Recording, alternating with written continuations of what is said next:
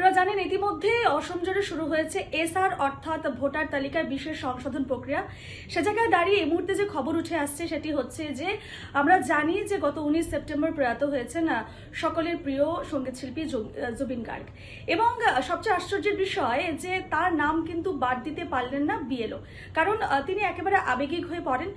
তিনি বললেন যে তিনি তো অমর, অর্থাৎ যে বিষয়টি উঠে আসছে আমরা জানি গত 19 সেপ্টেম্বর প্রয়াত হয়েছেন জুবিন গার্গ, এবং সে জায়গায় দাঁড়িয়ে এখনো সকলের মন ভারাক্রান্ত, কেউ মেনে নিতে পারছেন না যে তিনি আমাদের মাঝখানে নেই। এবং কোথাও না কোথাও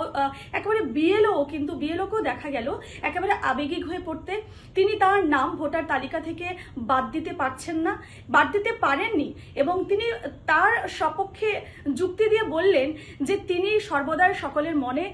অমর হয়ে থাকবেন, এবং তিনি তাই লিখেছেন প্রয়াত শিল্পীর নামে, তিনি প্রয়াত শিল্পীর নামের পাশে তিনি লিখলেন যে উনি তো অমর। এবং যেমনটাই যার কথা আমরা বলছি তার নাম হচ্ছে তফিজউদ্দিন আহমেদ, এবং তিনি হচ্ছেন কর্তব্যরত বিএলও, এবং তার এই যে সপক্ষে যুক্তি তিনি যেভাবে দেখালেন জুবিন গার্গের, সে জায়গায় দাঁড়িয়ে কোথাও না কোথাও গোটা অসমবাসী কিন্তু আবেগিক হয়ে পড়েছেন, এবং বিএলওর এই উক্তি সকলের মন ছুঁয়ে গেছে।